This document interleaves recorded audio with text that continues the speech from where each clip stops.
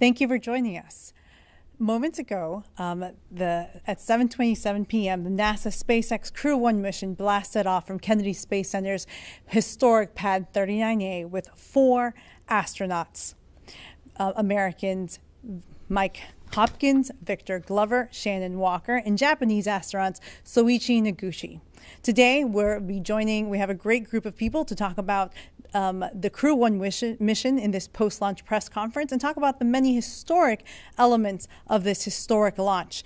Joining us today is NASA Administrator Jim Bridenstine, Kathy Leaders, Associate Administrator for Human Exploration and Operations at NASA Headquarters, Hiroshi Sasaki, Vice President and Director General of JAXA's Human Spaceflight Technology Directorate, Steve Dixon, Administrator of the Federal Aviation Administration, FAA, and Gwynne Shotwell, President and Chief Operating Officer of SpaceX. And I'm Bettina Inclon. In a moment, we'll hear their opening remarks, and then we'll take questions from the media. So let's start with Administrator Jim Bridenstine. Well, thank you, Bettina. Another historic night, and I want to congratulate the NASA team and the SpaceX team for an amazing job yet again. So the big milestone here is that we are now moving away from development and test and into operational flights. And in fact, this operational flight was licensed by the FAA. So this is truly a commercial launch vehicle, and we're grateful to our partners at SpaceX for providing it and our partners at the FAA for licensing it. And I'm also grateful to our partners with Japan. And Hiroshi Sasaki, who's with us today, you should know that Japan is an amazing partner for the United States of America. We are exceptionally grateful that Japan would join us on Crew 1. And so this is a great day for the United States of America and a great day for Japan. And we look forward to many more years of a great partnership, not just in low Earth orbit, but all the way to the moon. So we're just really excited with how well it went today, and look forward to answering any questions. Kathy? Yeah, I cannot tell you. I know. Thank you, Gwynne. It's been quite a journey for the team that's been out here and working so hard. This is really an amazing day for us. I can't tell you. I'm just like pretty choked up a little bit thinking about, the folks that have spent years of their lives getting ready for this mission, and being able to see the crew fly today was just phenomenal. We've talked a lot about firsts, and this mission is an example of multiple firsts for us. A partnership across agencies with the FAA, obviously, FCC, first commercial mission, a partnership across our international partners, and having, the Sasaki-san here is an example, and having Soichi on the flight is just an amazing experience for us. But most of all, it's a partnership with SpaceX and our commercial partners. And leaving the team over there in the firing room, everybody is so fired up. They're so excited about this mission, but we're not done yet. We need to keep going. That spacecraft's out there with those 4 precious crew members on them, and we're going to get them safely to the International Space Station tomorrow, right? And but it was a beautiful launch today, and really excited, and thank you. First of all, on behalf of JAXA, I'd like to express my appreciation to all staff who are engaged in the launch operations during the COVID-19 situations. The mission is still ongoing, but I would like to congratulate the launch success first. I have seen lots of launches of the Japanese rocket, but it is the first time to see the launch of Falcon 9. The night launch was very beautiful, and it was even more impressive considering that the 4 crew members, including JAXA astronaut Noguchi, were on board. It is very significant for JAXA that astronaut Noguchi will board the first operational flight of Crew Dragon and launches from Kennedy Space Center. I believe that this is an outcome of the cooperation between NASA and JAXA. And efforts of JAXA, including the astronaut Noguchi, have been highly evaluated by the partners. Astronaut Noguchi will be involved in a variety of activities on the ISS, and he will conduct science activities using microgravity environment and demonstrate the technologies for the future. Currently, JAXA and NASA are working on the framework of Japan-US Open Platform Partnership Program to achieve results through the mutual use of experimental equipment, and would like to further deepen the cooperation between Japan and US. In July, the Ministry of Education, Culture, Sports, Science, and Technology of Japan and NASA signed the Joint Exploration Declaration of Intent for lunar cooperation. I believe the human space activities will expand from the ISS to the moon. I am looking forward to enjoy the new era and going together for the future. As once again, congratulations on the successful launch. Well, on behalf of 45,000 aerospace professionals at the FAA, it is truly an honor and a privilege. This is a big night for many of us, and it's a big night for the FAA. But I first want to offer my congratulations, heartfelt congratulations to Jim and the NASA team, Sasaki-san, and JAXA, of course, our Japanese partners, and the SpaceX team led by Elon Musk and Gwynne Shotwell. The energy in the room is palpable, and it is a tremendous accomplishment for our country and for humankind as we begin the next significant step towards the commercialization, in this case, of low Earth orbit. You know, this launch is another major milestone in space transportation. It's a culmination of a lot of hard work from a lot of people in government and industry, all working closely together. It's also the first FAA-licensed orbital human spaceflight launch. Our job in this mission is to protect public safety, property, and national security, and we've done that. We'll continue to work with the commercial space industry and NASA to ensure that we continue to meet these priorities. And we'll continue our efforts to help make the airspace system more flexible and dynamic so we can support the expected increase in space operations in the coming years. As a matter of fact, I received a text from our FAA Command Center just outside Washington, D.C. that we released the airspace for commercial traffic within 20 minutes of the launch. And we continue to refine our capabilities there. So it's a pleasure to be with you tonight. And again, congratulations to everyone on a successful start to a great mission. Gwynne? Thanks, Bettina. I'm thrilled to be here today. I want to make sure I get all the thank yous. Thanks to NASA to start with for the partnership that we've had. This journey began really in August of 2006 when we first started working on Dragon and Falcon 9 together. So thank you for your partnership. Kathy, we've been working together for quite some time, since then, actually, from the beginning. I want to thank the 45th Space Wing, another mission partner here. I want to thank the FAA. Steve, appreciate all your support. And Sasaki-san, I wanted to thank you as well for both coming and participating, but also for allowing Soichi to fly on a Dragon. I want to thank SpaceX employees who have worked hard and tirelessly through pretty extraordinary times. They continue to amaze me, and I'm so proud of them. So I wanted to thank them for that as well. Could not be more proud of the work that we've all done together here today. Falcon 9 the launch looked beautiful. I don't have any specifics on any anomalies that we had, which is great.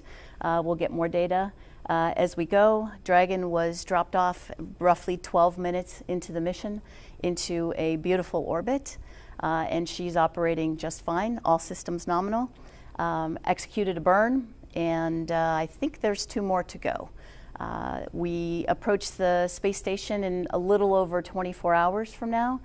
And then we'll be able to breathe a sigh of relief 26 or so hours from now, once we hand the crew over to NASA.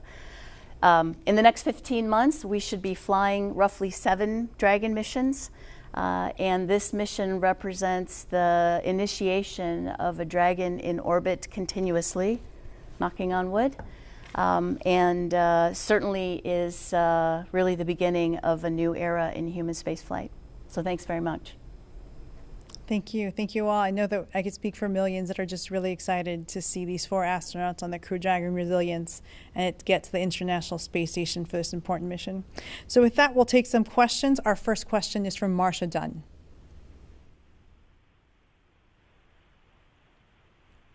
Hello? Yes, Marcia, we can hear you. Yes, great. Hi, for Ms. Shotwell, please. I'm curious, how wired into the launch was Elon? Was he backseat driving, so to speak? And curious as to where he actually monitored all the action from. Thank you. So Elon was tied in very closely to the launch. I have a series of texts to prove it. As usual, regardless of where he is on the planet, he is watching closely and providing guidance and support. Great. Our next question comes from Michael Sheets from CNBC. Hi, my first question is for Gwynne. SpaceX has really broken a new ceiling here in terms of doing something that only countries had done before. How many other companies do you see entering the orbital human spaceflight market in the next decade and kind of following in your footsteps now that you guys have done it? You know, I'm a horrible predictor. I never get it right. So I think what you can count on is what I say won't be right. Obviously, we expect to have flights from Boeing upcoming, but I don't think you're asking about the existing providers. I think you're talking about new ones. This is a tough business to break into. I wouldn't expect any in the next 5 years, but hopefully within 10, there'll be plenty of folks doing this kind of work to make it more accessible to more folks.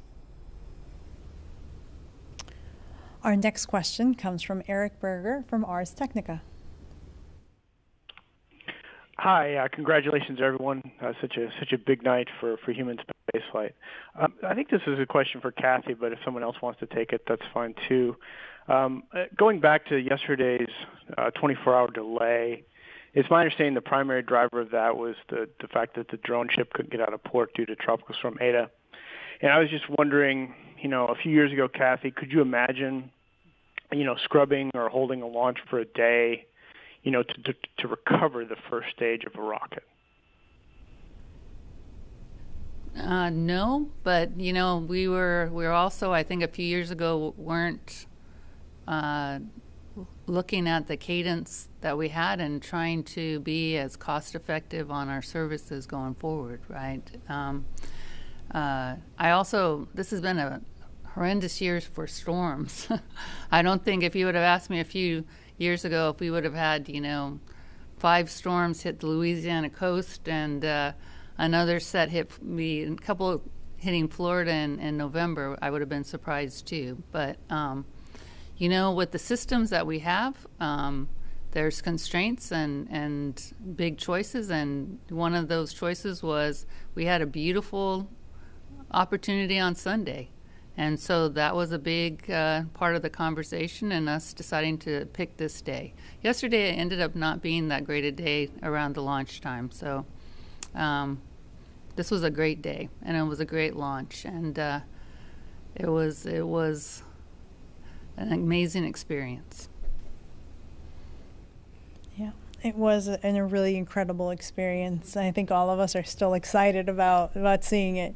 Our next question comes from Irene Klotz from Aviation Week. Thanks, Bettina. Congratulations, everyone. My question is for Gwynne. The 15-month 7 Dragons, are you counting commercial missions in that? And can you give us an update on where you stand on the commercial flights, aside from, I think, the Axiom mission was now officially on the books for the end of next year. Is there anything else? Thanks. So I believe we did count 1 commercial mission in there, but I don't want to do math in public. I will call you if I got that one wrong.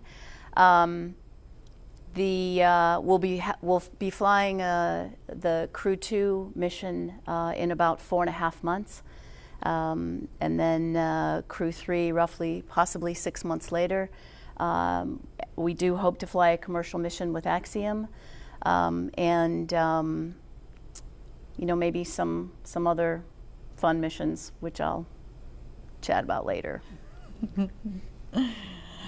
Our next question comes from David Curley. Gwynne, Shotwell, kind of curious about what happened to your emotions when they had to reopen the hatch. And can you explain to me the technology? I think we're all kind of used to a hatch closing. You crank the wheel and it's closed. It seems to be a little bit longer process. I don't understand everything that you've got going there, but can you just kind of talk about the hatch and what happened? So I'm not sure I heard you. If you're asking about the do-over on the hatch operation that we had today? So we closed the hatch the first time, and the capsule did not pass its leak checks. So we opened it and took a look at the seals, found a little bit of FOD, cleaned that up, adjusted the seals, and reclosed the hatch. And the Dragon capsule passed its leak check. Okay. We probably need to make that operation a little smoother, but we got it done. Thank you, Gwynne. Our next question comes from Jeff Faust. Hi, question for either Gwynne or Kathy. There were some alerts after Crew Dragon made it to orbit about the thermal control system. It looks like that was resolved, but was that just a false alarm, or was that an actual issue with the thermal control system that has since been corrected? Thanks. Well, what's amazing in the first hour of flight is kind of all the systems are activated, right? And so the fault detection systems are working, and what happened was it hit a fitter, and that kind of that happens during system startups, and it did exactly what it was supposed to do. It flipped over to the second leg. We have a lot of redundancy in the system, and then the team was able to go in and ended up clearing the faults, and both legs are back up and running. So this is not it's not an unusual thing to happen when systems are started up like this. We go through the launch, and then we kind of hang out for that first hour of Dragon activation, because it kind of is an amazing thing, and it goes through and checks out all the different parts of it, and it gives us a good health check for the way the spacecraft's working. And like Gwynne said, Dragon's flying beautifully right now. Thank you both. Our next question comes from Joey Roulette, Reuters. Hey, thanks, Bettina. Question for Kathy. I just wanted to follow up on that. Can you kind of give us a sense of what happened with the thermal control system? And for Gwynne, how many private astronaut missions do you guys have booked up right now? Can you give us like a ballpark on maybe how much you're in talks for, or how much you have solidified? Thanks. Well, sometimes it's just a sensor issue, right? And it's just a startup sensor getting everything aligned. And so actually, nothing really happened to the system. It was kind of just a function of kind of running through. And when you have all these checks and your system's doing all the checks, sometimes it'll hit a limit and then flip over, and then you reset the pieces of it. And so actually we have 2 good loops now, and the system's working great. So like I said, it's just a little bit of a startup glitch. Thank you.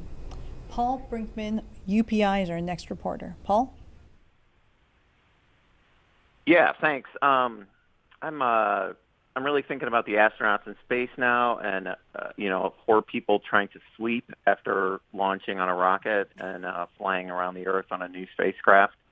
My understanding is the flight time tonight apparently was extended, partly for their sleep time, and we've heard how important it is that they get proper sleep. But I'm thinking that must be kind of a challenge. So I guess, Kathy or Gwynne, could you talk a little bit about how well astronauts sleep in space, and is it a really peaceful ride aboard Dragon now as it's cruising in orbit, or is there a lights out rule or a no talking rule?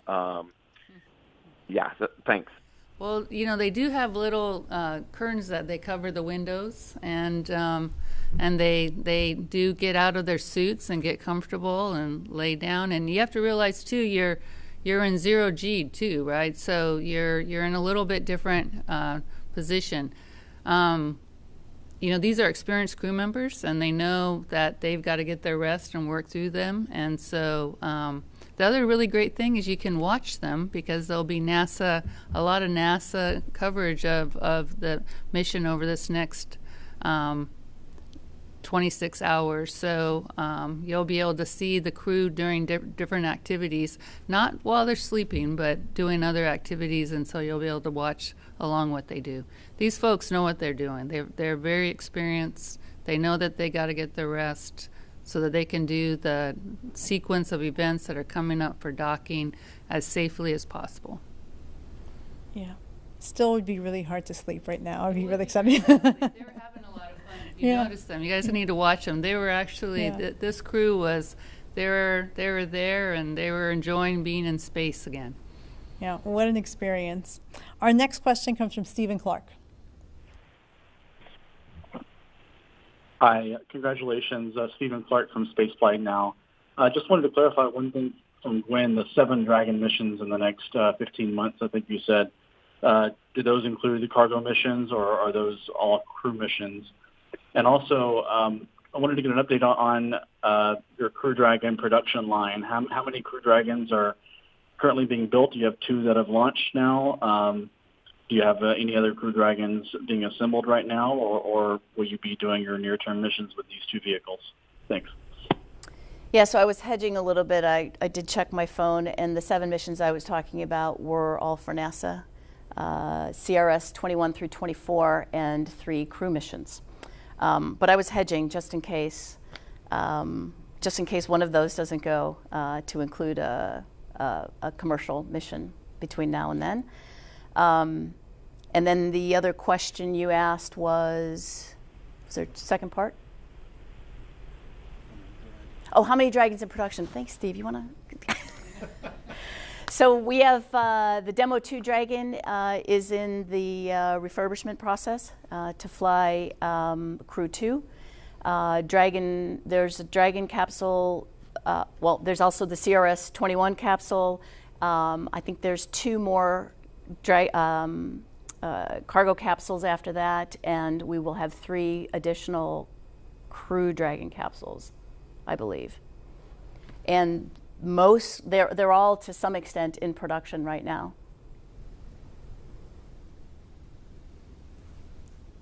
Okay.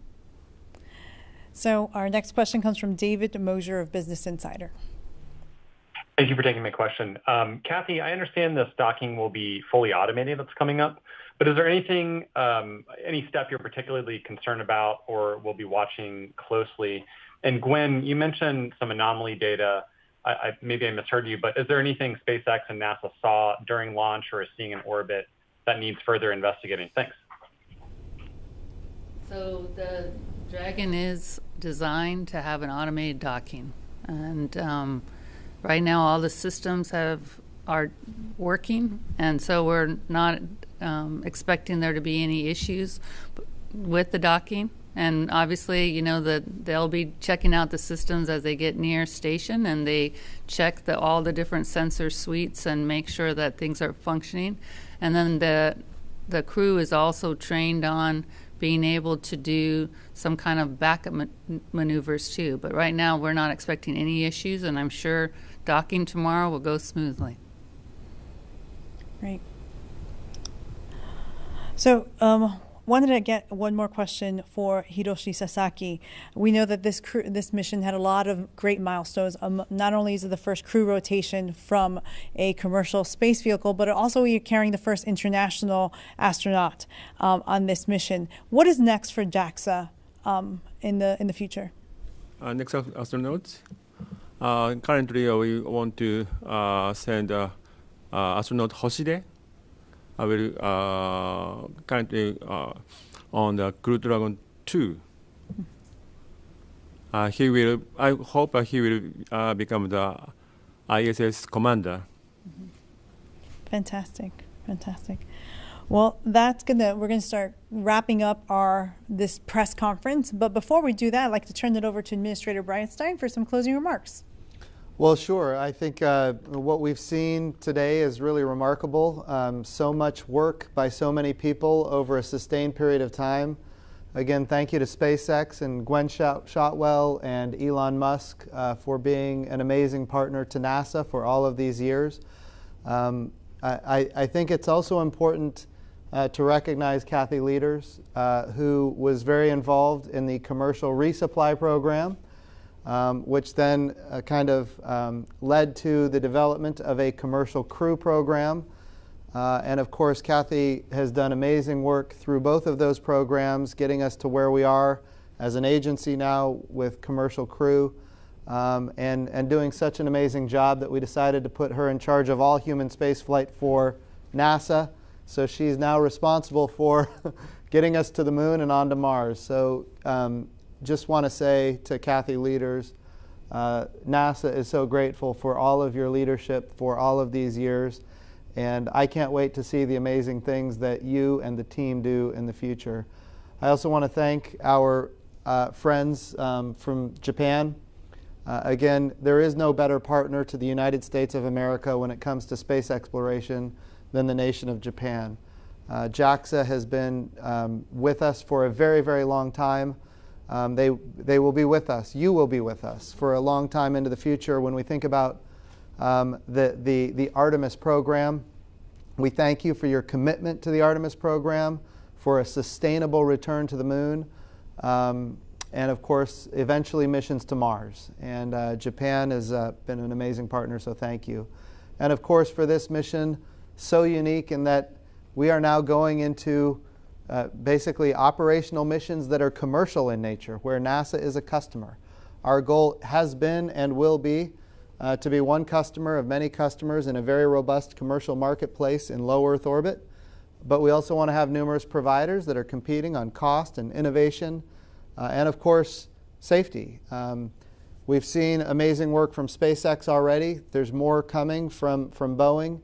But I think this ecosystem, this very virtuous cycle of continuous development is going to pay benefits to the American taxpayer and space exploration. And as these missions go forward and we get more and more into the commercial aspects of it, the FAA is going to continue to be a critical partner. And we're grateful to the leadership there at the FAA for licensing this launch and moving us forward as a nation into this new era of commercial human spaceflight into orbital space. So, so many amazing things on this flight. As Kathy said earlier, it is not over. This was a beautiful launch, and we are all very excited about the launch. But remember, this is a 6-month mission, and it's the first of many. And I will tell you that we use the word operational. Make no mistake, when you're flying into space, it is always there's always risk, and we will always be diligent. And we have all the confidence in the world in SpaceX and in the NASA team, in our partners, international partners, FAA, and of course Boeing upcoming, which is going to be exciting. So I'm just very, very thrilled about how today went and look forward to so many great days in the future. Thank you, Jim. So stay with us. We have lots of exciting news. As we've mentioned, we'll be having live continuous coverage on NASA television through docking, which will happen at 11 p.m. Tomorrow. And we'll also, of course, have the welcome ceremony. You can get all this information and lots more at nasa.gov. Again, nasa.gov, and you can watch the live broadcast on NASA TV. So thank you so much for joining us, and have a good night.